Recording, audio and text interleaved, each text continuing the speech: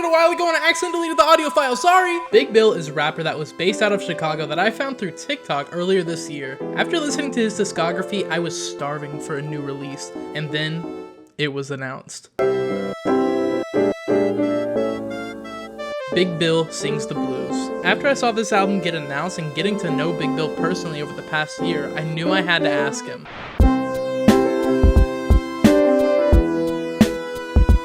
The first thing I have to ask you is, so, what's up? You know, moving, getting ready to move from Chicago to Philadelphia. Why Philadelphia? Well, it's more closer to home for me and like where my parents are located and a lot of friends, either just friends or musical friends. So now I'm just in the process of just doing all the annoying things that come with that. That's what's up, I guess. I never expected you to leave Chicago. I didn't expect it to leave this soon, but my friend Taryn, aka GB Mystical, who mixes and masters all my music, is also moving to Philly. And I'm like, oh wait, maybe this could work.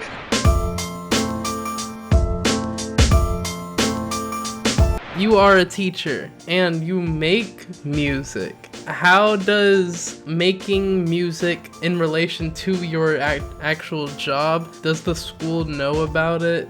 Do they support it? Well, so I've been at this one school for 3 years in Chicago, and funny enough, how I got the job was through my music. Like, I had like kind of a okay job interview over the phone. I was like, I don't think this is going anywhere. But then they're like, can you send like a portfolio of your work? I'm like, what does that even mean? Sent them my SoundCloud, and then it was like an hour later I like picked up the phone and I could hear my own music. It's like, you got the job. And I'm like, all right.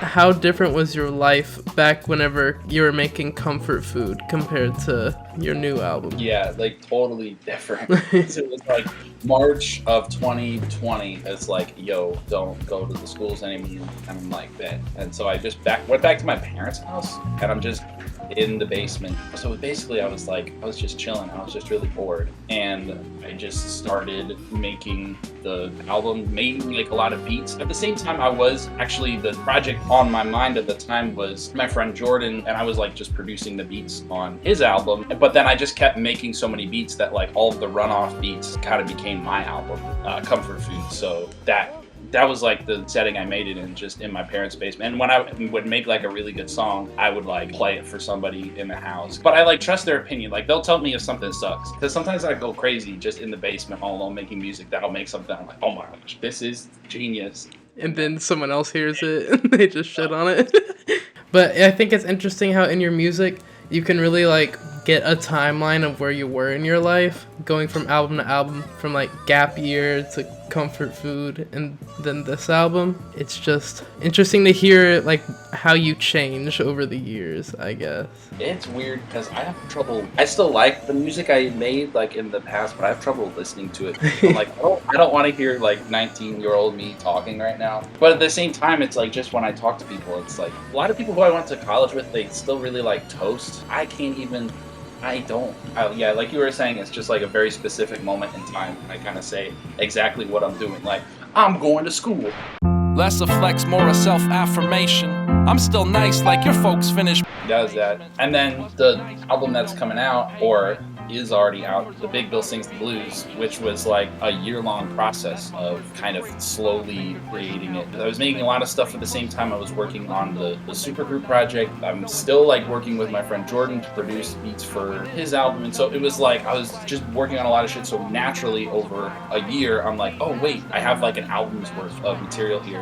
And this I actually recorded the first time. I like didn't record it in my bedroom. It was like this studio space that me and my friend Taryn rented out, and it really wasn't meant to like record vocals in it, but we like just put like all these blankets up and padded it out, and then I had this like PVC thing that I built, and then so I made a vocal booth essentially And then we built that, and then Taryn recorded all my vocals for the album, which is a first because I've always recorded my own stuff. So I'd say the biggest difference between this current album and the last one is just like I've definitely let people collaborate more with me. Like I have other people helping me out with the stuff that I might not be the best at, as opposed to just doing it all myself. Yeah, I noticed that with the features, that you actually have features on this album. Yeah, I was like, it's about time. Yeah, those were fun. You know, one of them is Taryn, also known as GB Mystical, and we just like trade bars on the song Uncertainty.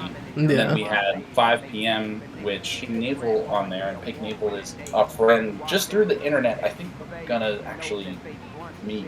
And then on that same song, there's Davis, the Dorchester bully, who someone I just recently met in real life. They were opening at the Refer and Open Mic Eagle show in Chicago, and I met them. I knew about some of their music online, and they were, you know, from Chicago. Somebody who's in the city. I'm like, that seems appropriate.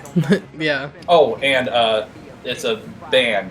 They're called Dog So Rare. It's my friends Mike and Sagar, and they helped make the song Sandcastles, which was super fun, and we made that in Philly. So that's the feature we brought down. Lots of instrumental features, like lots of like people who played instruments on it. My friend Zach. Yeah, but I think with this album, I think some of my personal favorite parts of the album are the things that aren't me. Like the Women with Jobs beat, like that was, I had no input on that beat. Like Richard just sent me that and I'm like, yeah, this is it. I love this. And like Zach's solo on that. And it's like, not to say, yeah, I like my contributions too, but I think things like that. And like with Doom is Like Jazz, like everything but the drums was done by my friend Mike. And he just like totally replayed a sample I sent him. I'm like they killed it. And so just moments like that, I think were pretty cool. I've shown the entire album to my mom. Sat down and listened to it. It was like some downtime. It was like we were either about to go get dinner, or we just got dinner, and we're just chilling. And I'm like, you guys, gotta show you the album. And then everybody is like, they had this big long flight and everybody's tired and they're like, oh. And then it's like my dad falls asleep and then my sister falls asleep, but my mom is up and she just sits in the chair and I just play it on these speakers and she listens to it front to back and she liked it and was like, but it's like I wanted to just like sink into a hole in the floor. But it's okay.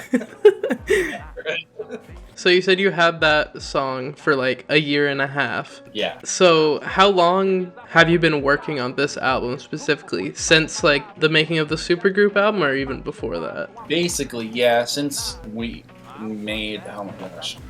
Oh shit, that's crazy now that I think about it. Yeah, almost 2 years, because when Supergroup formed, like we recorded Easy almost 2 years ago. Like we weren't officially a band yet, but that's when like me and Richard and Eric, the bass player, he really started working. And so Women with Jobs was like a product of those like sessions and just sending beats back and forth, because I kept doing this thing where I was like just getting really bored and Richard was making so many beats and I didn't really know how to keep up. So I challenged myself and he would put a timer. Yo, Richard, send me a beat. This is for a 20-minute song.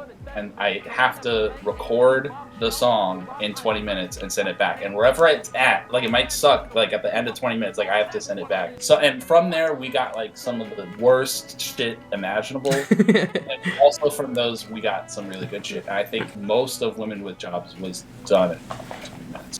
So that the title of the album is just a direct rip of the other album by Another Big Bill in 1956. Yeah, and I still think like Spotify hasn't figured it out, because when it's like artists also like when you view my profile, it's like people who would probably be listening to like some old blues. And when it's like, I'm like, I saw the album cover for Big Bill Sings the Blues, like the old version, is like kind of hard. And then I like the name of it, and I'm like, I'm about this. And I like it because it's like the music that I made on my album, it's not the blues at all. Like I'm not even sampling the blues. I'm not even it resembles the blues at all. And so it's like, I like that. The fact that it like doesn't make any sense. So the album cover, what inspired that? Well, the red Jordan 1 that's also known as the Chicago 1. So it's like, for all the fucking insufferable sneakerheads out there, they'll see that and they're like, okay, that's the Chicago 1. And then it's like creased in the toe, so like when you have like a fucking pair of shoes that costs too much money, it's like when there's any blemish or bad shit about it, you're like, oh no. So it's like, okay, you're creasing the Chicago 1 and you're like singing the blues about it. It says Big Bill sings the blues. Now it's kind of like, this is the Chicago 1, because this is like your last album in Chicago. Yeah, so there's kind of, I didn't actually know that at the time when I like Yeah, I didn't think so. but now it's like, okay, it has like a new meaning.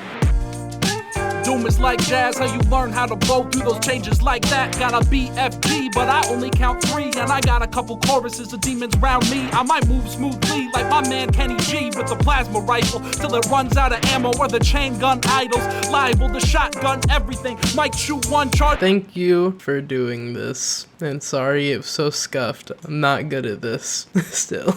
I don't know why you gotta do it even more. I guess so.